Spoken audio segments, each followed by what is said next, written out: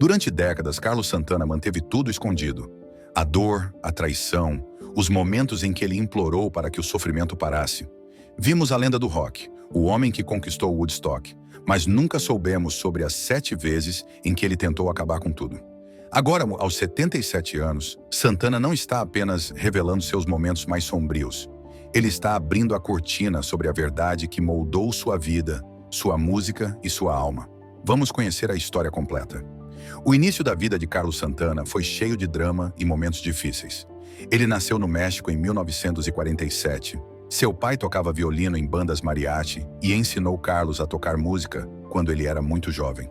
Quando Carlos tinha 8 anos, sua família se mudou para Tijuana. Essa mudança mudou sua vida em grandes aspectos. Em Tijuana, Carlos viu uma banda de rock descolada chamada Tejotes tocando em um parque. Isso fez com que ele se apaixonasse pelo blues e pelo rock. Mas a vida em Tijuana não era de todo boa. Durante 2 anos, Carlos passou por algo muito ruim. Um homem americano abusou dele de uma forma que nenhuma criança deveria sofrer. Esse homem levava Carlos para o outro lado da fronteira muitas vezes, comprando brinquedos e roupas para mantê-lo quieto. Isso só parou quando o homem bateu em Carlos por ele ter olhado para uma mulher pela janela. Esse período terrível deixou Carlos se sentindo culpado por muitos anos. Quando Carlos tinha apenas 15 anos, começou a tocar guitarra em clubes de striptease em Tijuana. Era um lugar difícil para um garoto. Ele viu algumas coisas bem assustadoras, como um policial sendo cruel com uma mulher que trabalhava lá. Mas tocar nesses clubes também ajudou Carlos a criar sua mistura especial de música latina com blues e rock.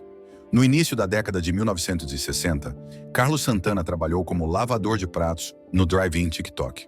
Ganhava muito pouco dinheiro, mas economizava cada centavo que podia. Ele sonhava em comprar documentos para a imigração e uma nova guitarra Stratocaster. Um dia, ele descobriu que sua mãe havia pegado todas as suas economias, uma a $300, e usado para pagar o tratamento dentário de sua irmã. Quando Carlos perguntou a ela sobre isso, ela lhe devolveu apenas os $20. Ele se sentiu tão magoado que saiu de casa. Com apenas os $20, voltou para Tijuana, onde tocava música em clubes de striptease para sobreviver. A vida em São Francisco era difícil para Carlos. Ele morava no Mission District, em um apartamento pequeno e lotado com outros músicos. Não havia nem mesmo uma cama, então ele dormia no chão. Trabalhava longas horas lavando pratos e mal conseguia comprar comida, vivendo principalmente de arroz e feijão. Ele não tinha dinheiro suficiente para comprar cordas de violão adequadas, então tocava com cordas quebradas ou usava o que encontrava. Foi uma época difícil, mas ele não desistiu de sua música. Antes de se tornar famoso, Carlos tocava música nas ruas de São Francisco. Ele passava horas se apresentando em lugares como Fisherman's Wharf e Union Square. Em alguns dias, ganhava menos de $5. Enquanto tocava, ele ouvia muitos tipos de música, como jazz e folk. Ele aprendeu a misturar esses sons em seu próprio estilo, o que o ajudou a chamar a atenção das pessoas que passavam.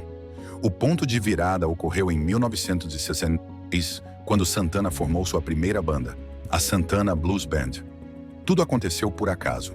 Enquanto trabalhava em um drive-in, ele conheceu Tom Fraser, que o apresentou a Greg Rowley, um tecladista. Eles trouxeram outros músicos como David Brown no baixo e Marcos Malone na percussão.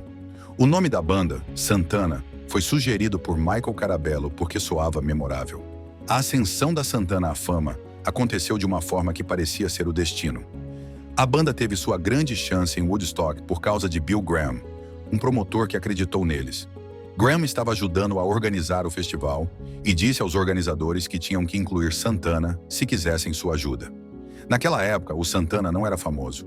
Eles ainda não tinham lançado seu primeiro álbum e a maioria das 400.000 pessoas em Woodstock não tinha ideia de quem eles eram. A banda era apenas um grupo local de São Francisco que vinha tocando em pequenos bares em lugares como Tijuana há pouco tempo. Eles receberam um espaço de 45 minutos no dia 16 de agosto de 1969, à tarde.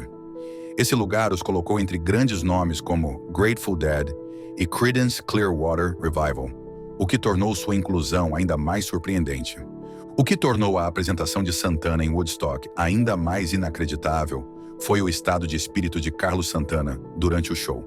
Ele tinha apenas 22 anos de idade e teve um encontro inesperado com Jerry Garcia, do Grateful Dead. Depois de chegar ao festival de helicóptero, Santana pensou que eles só tocariam bem mais tarde naquela noite, talvez por volta das 3 da manhã. Enquanto esperava, Garcia deu a Santana algo para experimentar, possivelmente peiote, mescalina ou outro alucinógeno forte. Os efeitos atingiram Santana em cheio. Quando chegou a hora de se apresentar, mais cedo do que o esperado, ele já estava mergulhado em uma viagem vívida. No palco, ele viu o braço de sua guitarra se movendo como uma cobra, e isso o assustou. Para se manter firme, Santana tocou com os olhos fechados, confiando em seus dedos para encontrar as notas certas. Em um determinado momento, ele até orou, pedindo a Deus que o ajudasse a não se envergonhar diante da multidão. Woodstock mudou tudo para Santana.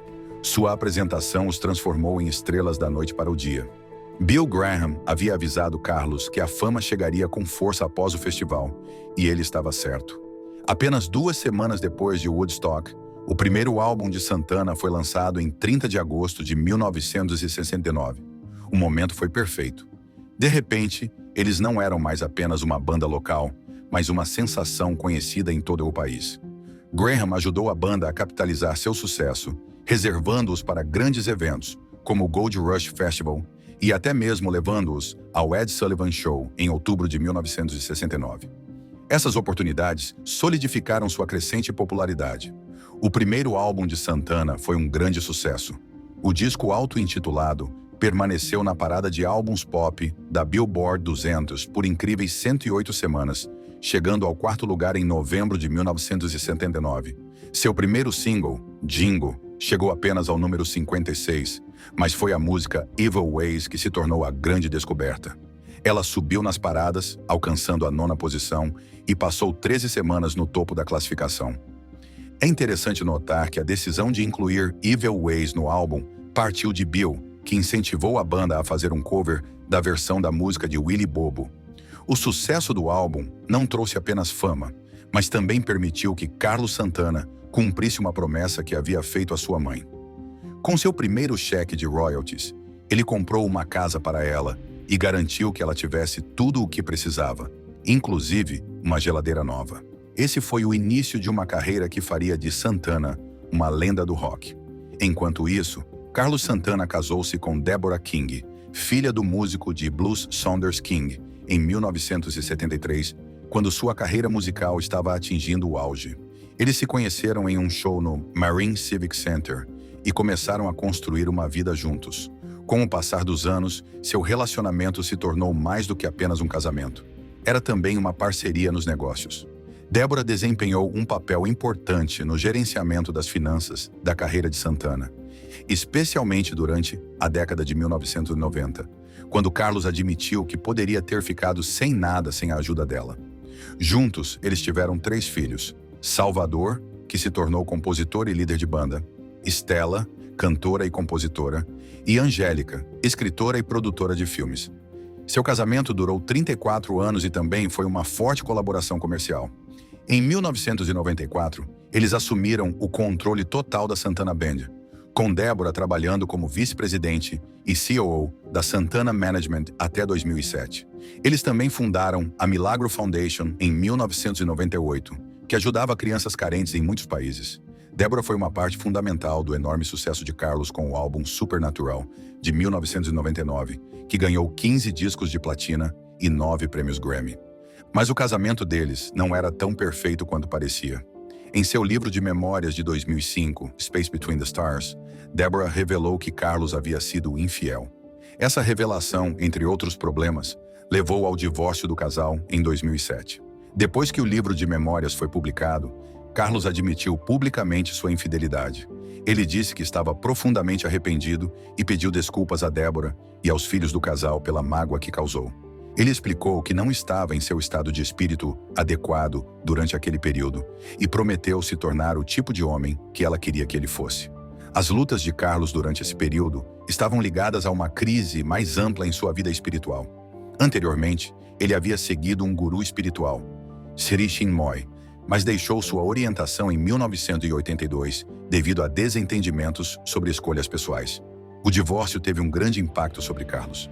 Ele chegou ao ponto mais sombrio de sua vida, o que o levou a 7 tentativas de suicídio.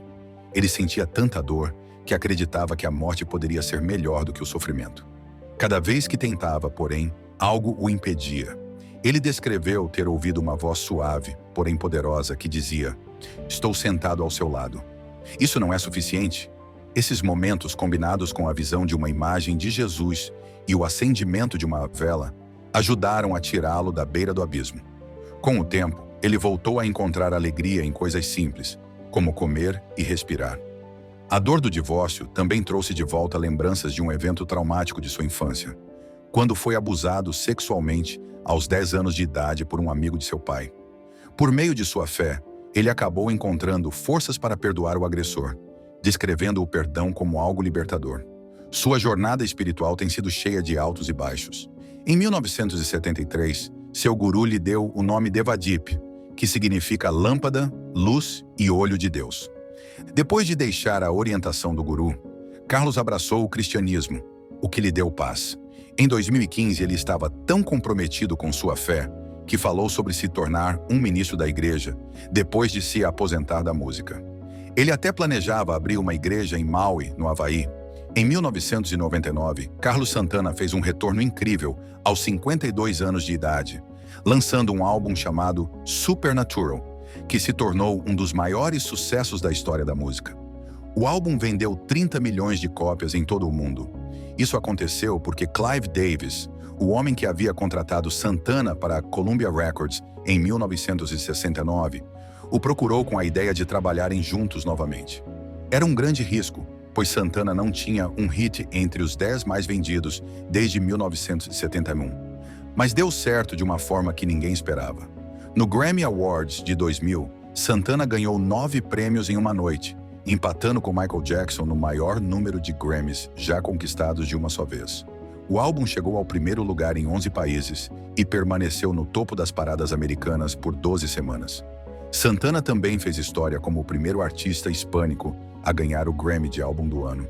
Uma das músicas mais famosas de Supernatural foi Smooth, mas quase não aconteceu. A música começou como uma ideia grosseira chamada Room 77, que falava sobre um encontro de uma groupie com Santana em um hotel.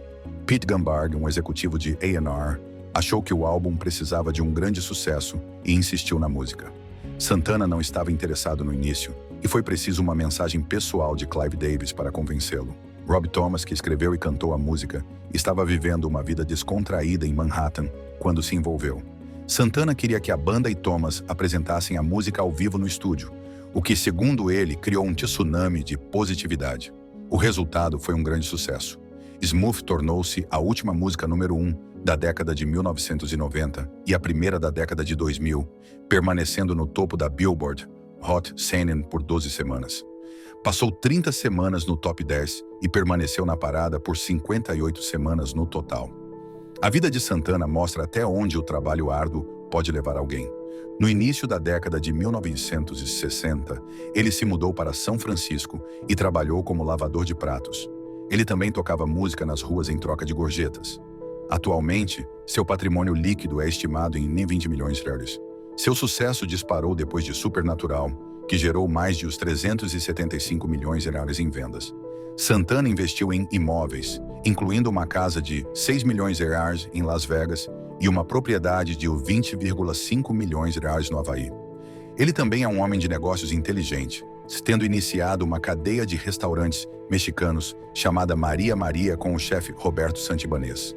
Mesmo aos 77 anos de idade, Santana não diminuiu o ritmo. Ele continua a se apresentar em Las Vegas, no House of Blues, no Mandalay Bay Resort and Casino. Sua residência, chamada An Intimate Evening with Santana, Greatest Hits Live, apresentada pela Sirius XM, está em vigor há 13 anos e será estendida até 2025. Ele faz shows de alta energia várias noites por semana, com novas datas programadas para o início de 2025.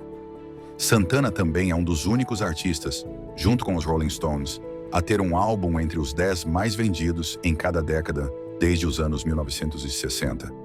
Parte do dinheiro de seus shows vai para instituições de caridade como a Milagro Foundation e a House of Blues Music Forward Foundation, mostrando sua dedicação em retribuir.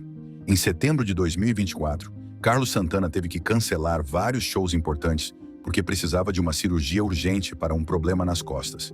Ele cancelou seu show de 4 de setembro em Albuquerque, no Isleta Amphitheater, e seu show de 2 de setembro em Phoenix. O guitarrista de 77 anos, que vinha tocando sentado nas últimas apresentações, também adiou seus shows de setembro e início de outubro no House of Blues, em Las Vegas. Apesar de ter cancelado alguns shows, ele ainda conseguiu se apresentar nos dias 27, 28, 30 e 31 de agosto. Um desses shows foi no Kia Forum, em Inglewood, e foi muito especial. Santana tocou 5 músicas de seu famoso álbum Supernatural, comemorando seu 25º aniversário. Essas apresentações mostraram que, mesmo com problemas de saúde, Santana se viu envolvido em uma grande polêmica por causa de comentários que fez sobre identidade de gênero durante um show em Atlantic City, Nova Jersey. Ele fez um discurso de 15 minutos sem roteiro que incomodou muitas pessoas. Em seu discurso, ele falou sobre o gênero ser decidido antes do nascimento. Isso deixou o público desconfortável e o momento se tornou viral depois que alguém compartilhou um vídeo online. Santana foi citado dizendo: "Quando Deus fez você e eu, antes de sairmos do útero, você sabe quem você é e o que você é." Depois disso, ele se desculpou no Facebook por seus comentários insensíveis e admitiu que suas palavras haviam magoado as pessoas. Mais tarde, porém, ele excluiu o pedido de desculpas e, em vez disso, publicou um poema misterioso que dizia: "A energia da consciência gera sua própria espécie. O ódio gera ódio. O amor gera amor." Isso aumentou a controvérsia, especialmente porque aconteceu em um momento em que muitos projetos de lei anti-LGBTQ estavam sendo introduzidos no Zimononauá, alguns visando jovens transgêneros. Durante o mesmo show em Atlantic City, Santana também demonstrou apoio público ao comediante Dave Chappelle. Ele disse: "Eu sou assim com meu irmão Dave Chappelle", referindo-se à estreita ligação entre eles. Isso causou mais repercussão, porque Chappelle foi criticado por seu especial da Netflix, The Closer, que fez comentários controversos sobre pessoas transgênero. O apoio de Santana a Chappelle ocorreu em um momento em que muitos estados do Sequaninus-Naninonima estavam aprovando leis contra os direitos LGBTQ, o que piorou a situação. Grupos de defesa, incluindo líderes da San Francisco Pride, criticaram os comentários de Santana. Muitas organizações de direitos civis alertaram que comentários como esses de pessoas famosas poderiam tornar a vida ainda mais difícil para os indivíduos transgêneros. A reação foi especialmente forte porque Santana é uma figura conhecida na Bay Area e tem grande influência no mundo da música. Apesar de tudo isso, a música de Santana continua a brilhar e sua banda se tornou um esforço familiar. Sua esposa, Cindy Blackman Santana, é a baterista da banda desde 2015. Aos 64 anos, ela é uma musicista incrível e frequentemente rouba os holofotes com seu talento. No show do Kia Forum, ela impressionou o público com um solo de bateria impressionante durante o bis após Are You Ready? O filho de Carlos, Salvador, de seu primeiro casamento, também faz parte da banda. Aos 41 anos, Salvador toca teclados, percussão e vocais, até mesmo adicionando rap a músicas como Maria Maria. Seus shows, parte da Oneness Tour, apresentam um setlist de 18 músicas com clássicos antigos e novos sucessos. Olhando para o futuro, Carlos e sua família estão se preparando para uma residência prolongada no House of Blues Las Vegas em 2025. O show intitulado An Intimate Evening with Santana, Greatest Hits Live, será realizado de janeiro a maio e promete mostrar seu incrível vínculo musical. Carlos Santana, aos 77 anos, tem uma maneira profunda e única de pensar sobre a vida e a mortalidade. Suas ideias vêm de sua jornada espiritual, que o moldou ao longo dos anos.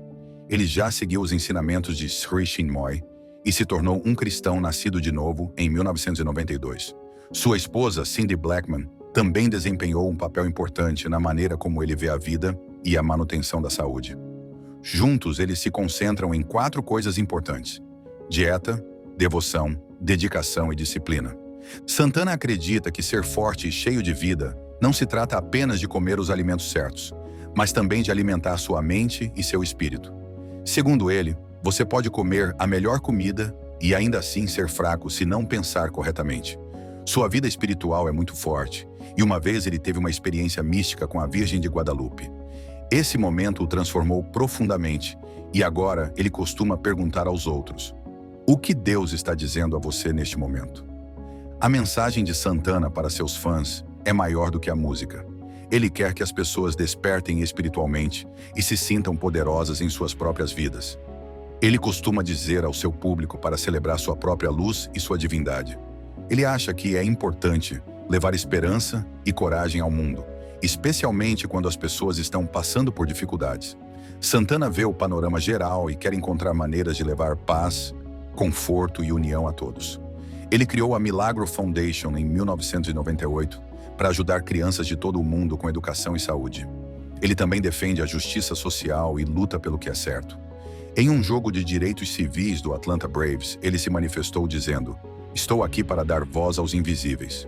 Suas ações mostram que ele não é apenas um músico, mas também alguém que se preocupa profundamente em tornar o mundo um lugar melhor.